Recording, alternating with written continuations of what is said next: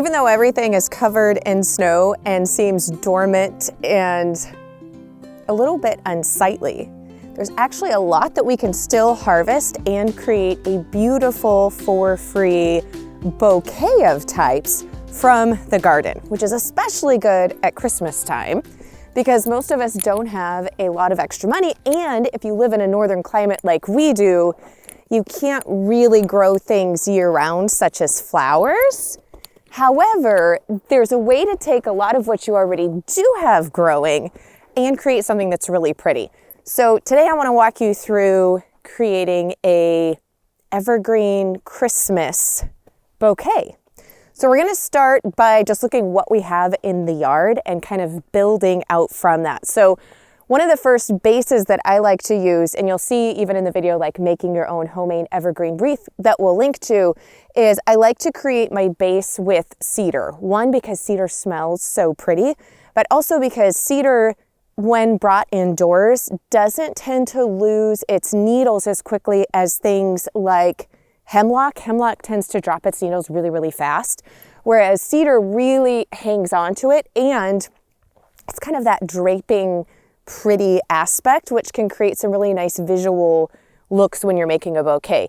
So this is like either side flanking our driveway, which quite honestly means it needs to be kept trimmed back anyway. So I'm kind of killing two birds with one stone.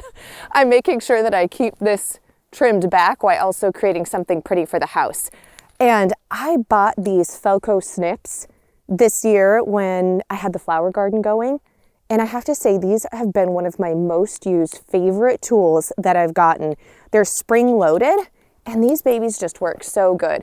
So I tend to just kind of come up and I like to create long ones first so that I've got a good base, and I can always trim these shorter once I actually start to build the bouquet.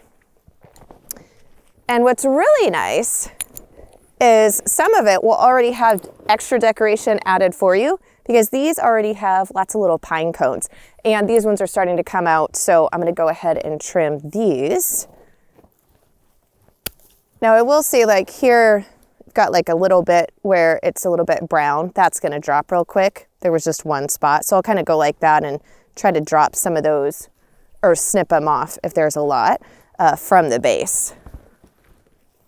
Now, if you're just doing a single bouquet, this is probably plenty for the base. But if you're wanting to do something like a larger spread, almost like where you would have kind of like boughs going across a mantle, then of course you're going to need a lot more of your base because you're doing bigger ones. But I am just going to be doing the one bouquet today, but I will show you what it looks like on the mantle and how you can use this in several different applications around the house.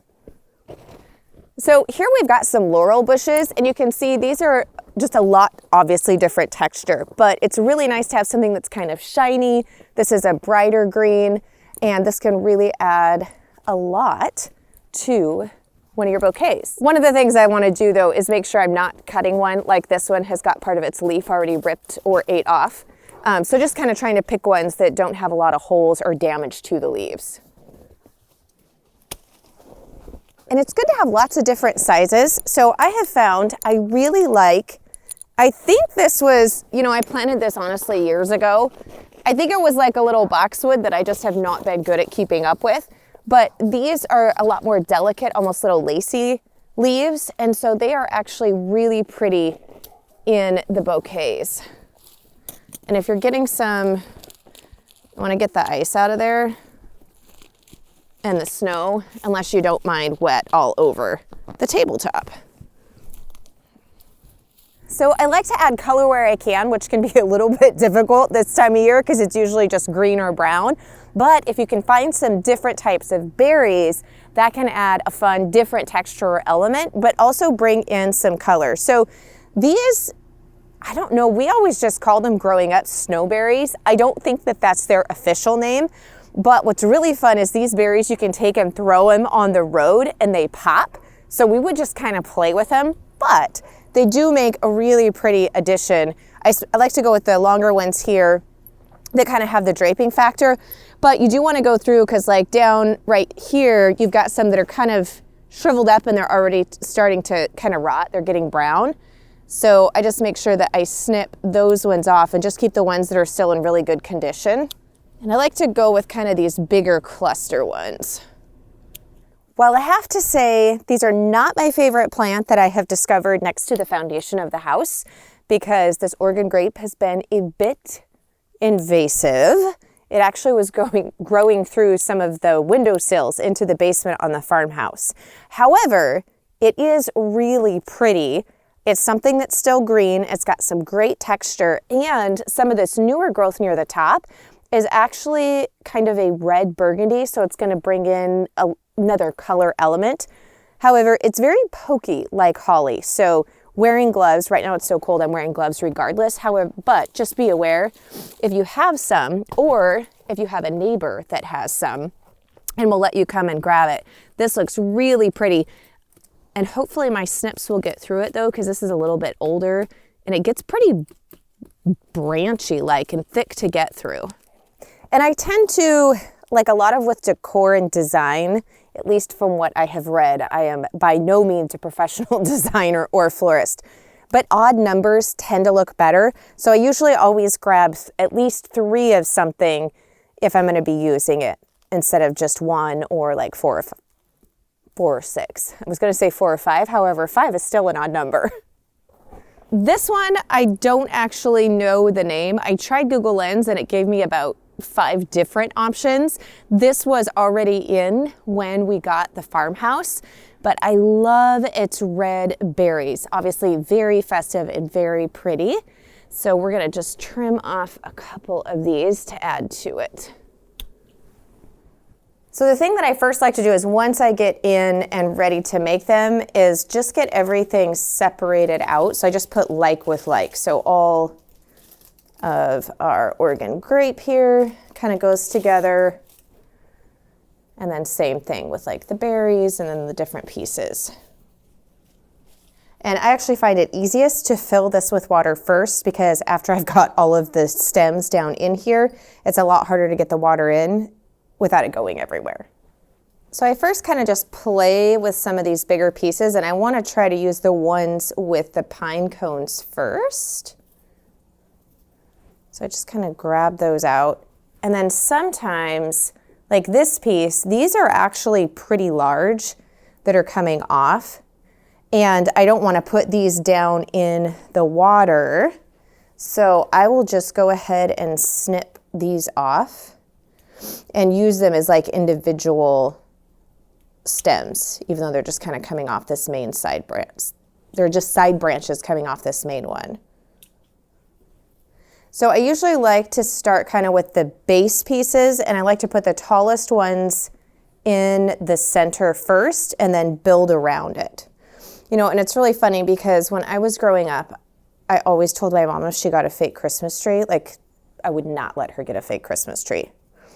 But then when my husband and I got married, we had real Christmas trees, except it always ended up, how do I put this nicely? We always ended up getting like frustrated, irritated with each other, trying to get the real Christmas tree straight in the holder. Because I was holding it, or he was holding it, trying to tighten it, and you're trying to make sure that it's all straight, or we would switch positions, and it would always end up that the tree was never straight in the holder. And so after about 7 years of us always getting in a fight on which one was the perfect tree when you're out trying to find it, and then getting it home and up straight, I ended up going with a fake tree. And my mom really didn't let me live that one down, because I had always told her as a kid, like, you can't get a fake tree. So I like to do these types of bouquets because it at least makes the house smell lovely and like Christmas. But there's some things where I was actually very happy to have my fake tree. And we still have the same fake tree. It's like almost, well, let's see, it's going on 13 years old now. So now that I kind of feel we have a good base of a lot of this greenery, then I like to start to build in some of the other elements. And our next kind of largest piece within the layering is going to be the Oregon grape. And I may or may not be able to fit all 3 of these pieces in. I may just decide to use one. So I'm going to kind of look and see which one I want to use in there. This one's a kind of a more compact, like rosette on the top. So I'm going to see if I can just get this one down in there.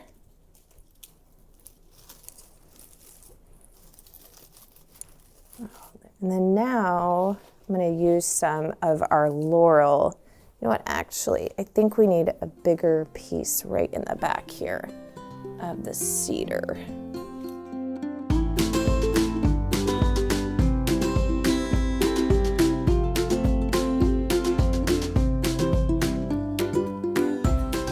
I definitely find using a wide mouth mason jar or a larger mouthed vase is great, especially when you're working with some of these larger stems in order to get all the pieces in. So I like to add the berry twigs last just because they're so small of a stem, I can kind of poke them in anywhere. So I kind of go from biggest down to smallest. So now we're gonna start to add these guys in for just a little bit brighter green and some smaller different texture.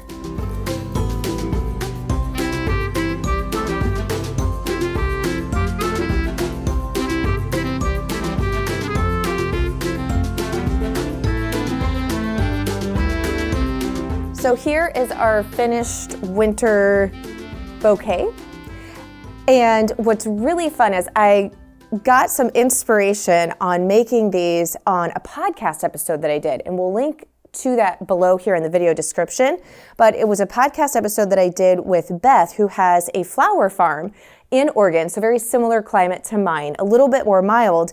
And she was saying that you really can create these bouquets all year long, and some great tips if you're looking on actually making extra money from a cut flower garden, but how to produce bouquets all year long. So I got some great inspiration from her on how to build these. So it's a really fun lesson, and I highly recommend you check it out. But there's lots of different ways that you can use these. Obviously, this we're just doing as a tablescape. And I'm actually down at our farm stay, our farmhouse. We are hosting our church's ladies' Christmas party here this year. And so this is going to be the table where we put the ornaments. We do a fun little ornament gift exchange. So I have to get everything, or I want to get everything as Christmassy as possible. But this is not just for doing tablescapes. You can also do it on a mantle, or if you have like a really long table and you want it to kind of go the whole breadth of the table, or like a coffee table, there's lots of different options. And I like to do this because the greenery is actually in water, so these are going to stay for weeks. I've had them at home where they've lasted like at least 6 weeks before beginning to dry out and start, to kind of turn brittle and dropping their needles. So this just makes it a really longevity, and it can go straight into January and the new year. So this, though, I needed to make sure I did not get any water on this mantle. My husband actually made this mantle, and it is a beautiful piece of quilted live edge maple. So I have a basket here, and inside I just took 3 wide mouth pint mason jars with water and basically created 3 bouquets, but just put enough greenery in there and put a little bit more where it would come out the sides and trailing on the outer 2. But that way everything stays protected. All of the greenery is in water, so it should last for months, and it looks really pretty, and it also just helps to scent the air. So it definitely smells like a Christmas tree, even though I don't technically have a Christmas tree here.